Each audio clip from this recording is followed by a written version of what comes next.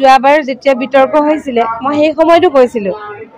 যেতিয়া কৈছিলে সবে যে অগ্নিনাভ মন্দিৰ বন্ধ কৰিব লাগে কিবা কিবি বহুত কৈছিলে তেতিয়া মই এষাৰে কথা কৈছিলোঁ যে কোনো ভক্তও যদি নাহে বাবাক মই পূজা কৰিমেই আৰু বিগ্ৰহভাগক লৈ বিতৰ্ক হৈছিলে তেতিয়া মই কৈছিলোঁ যে প্ৰথম শিৱলিংগ ভাগ আমি স্থাপন কৰিছিলোঁ আৰু এই বিগ্ৰহভাগ শিৱলিংগভাগ স্থাপন কৰি 2 বছৰৰ পিছতে মই বিগ্ৰহভাগ ৰাখিছিলোঁ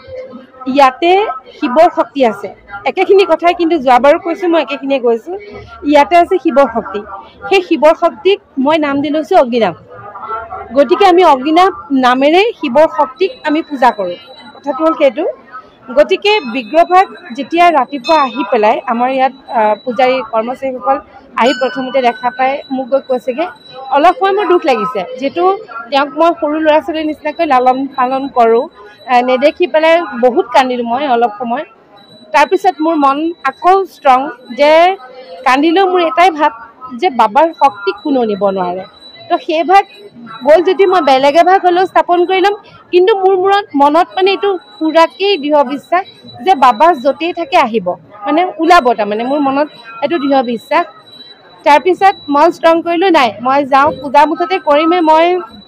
যেনেকৈ কৰিব লাগে কৰিমেই ঠিক মই কাপোৰ কানি ঠিক পিন্ধিছোঁ পিন্ধি মেলি মই ইয়াত চাব আহিছোঁ ঠিক 45 মিনিটমানৰ সময়ৰ ভিতৰত কাৰণ তেতিয়া মই বাবাক কৈছোঁ বাবা তুমি ইমান ৰাইজক তুমি আশীষ দিয়া সবেই সমাধান পায় গতিকে তোমাৰ বিগ্ৰহভাগ কেনেকৈ নিব পাৰিলে কিন্তু তাৰ 45 মিনিটমানৰ ভিতৰত আমি খবৰ পালোঁ যে শিমলুগুৰি ষ্টেচনত তাতে ধৰা পৰিলে বুলি পেলাই এতিয়া কথা হ'ল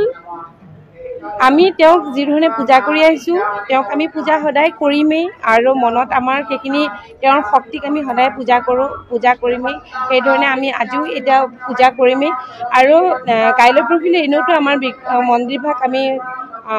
তেওঁৰ স্থানান্তৰ কৰিব লাগিব আমি মন্দিৰভাগ যেতিয়া নতুনকৈ বনাম আমি ক'ত কেনেকৈ বহাম সেইখিনি একো ক'ব নোৱাৰোঁ প্ৰত্যেকটো কথা অগ্নিনাভ মন্দিৰৰ প্ৰতিটো কথা মই বাবাক জনাহে কৰোঁ আৰু মই যিখিনি সিদ্ধান্ত লওঁ বা কিবা কৰ্ম এটা কৰোঁ সেই প্ৰতিটো কাম তাৰমানে মই বাবাক জনাহে কৰোঁ আৰু যিবোৰ সিদ্ধান্ত বা যিখিনি হয় সেইখিনি মই বাবাই কৰাইছে বুলি ভাবোঁ কিন্তু এই যে আজি হেৰালে বা নিলে এইটো মই কিবা এটা বাবাৰে কিবা এটা বুলি মই ভাবিছোঁ তাৰমানে এইটো মই নিগেটিভ নাই ভাবা কিন্তু একদম অন্তৰৰ পৰা মই এই স্থানতকৈ বাবালৈ চাই কৈছোঁ এইটো মই কিন্তু নিগেটিভ নাই ভাবা এইটো মোৰ ফালৰ পৰা তাৰমানে বাবাই কৰোৱাই কিছুমান কাম মই জানো এইটো কিবা এটা মই পজিটিভ বুলিয়ে ভাবোঁ তাৰমানে কিবা এটা কাৰণত বাবাই কৰাইছে আকৌ বাবা আহিব কাইলৈ আজি এতিয়া নাজিৰা থানাতে আছে তাৰপৰা আকৌ আমাক দিব আমি আকৌ দেওবাৰৰ পৰা আমি বাবাক দেখা পাব আজি দিনটোৰ কাৰণে খালি নাই দেখা আৰু ভক্তসকলে যেতিয়া গুৱাহাটীৰ উগ্ৰতা মন্দিৰত যেতিয়া মা তাৰা যেতিয়া হেৰাইছিলে মানে কোনোবাই চুৰ কৰি নিছিলে উগ্ৰতা মন্দিৰত তেতিয়া আমাৰ এই বাবাক স্থাপন কৰা বেছিদিন হোৱা নাই মই যে বাবাক কেইবাদিনো ভাবিছোঁ তেতিয়া মানে পাব লাগে বিগ্ৰহভাগ পাব লাগে কাৰণ কেলৈ তাৰ ঠিক এমাহমানৰ আগতে মই উগ্ৰতা মন্দিৰৰ পৰা আহিছোঁ সেই তেতিয়াও কিন্তু মোৰ মনত বহুত বিশ্বাস আছিলে কাৰণ জাগ্ৰত যেতিয়া কিবা এভাগ মন্দিৰ হওক কিবা হয় তাত কোনেও ক্ষয় ক্ষতি কেতিয়াও কৰিব নোৱাৰে সেই জাগ্ৰত তেতিয়াহ'লে নহ'লেহেঁতেন তেওঁ যিটো জাগ্ৰত তেওঁৰ আশীৰ্বাদ চবেই পায় এনেকুৱা ধৰণে কিবা আন মন্দিৰৰ ক্ষেত্ৰতো যদি হয় কিন্তু এই যেতিয়া উগ্ৰতা মন্দিৰৰ কথাটো ক'ব নালাগে যদিও মই কৈছোঁ সেই তেনেকৈ ধৰক যেতিয়া আকৌ নতুন এভাগ স্থাপন কৰিব লৈছে তেতিয়া আগৰ ভাগ ঘূৰাই পাইছে গতিকে শক্তি সেয়াই তাৰমানে মাৰ শক্তিয়ে হওক বাবাৰ শক্তিয়ে হওক ভগৱানৰ শক্তি সেয়াই আমাৰ বিশ্বাসটো মেইন মানে সেইটোৱে কথা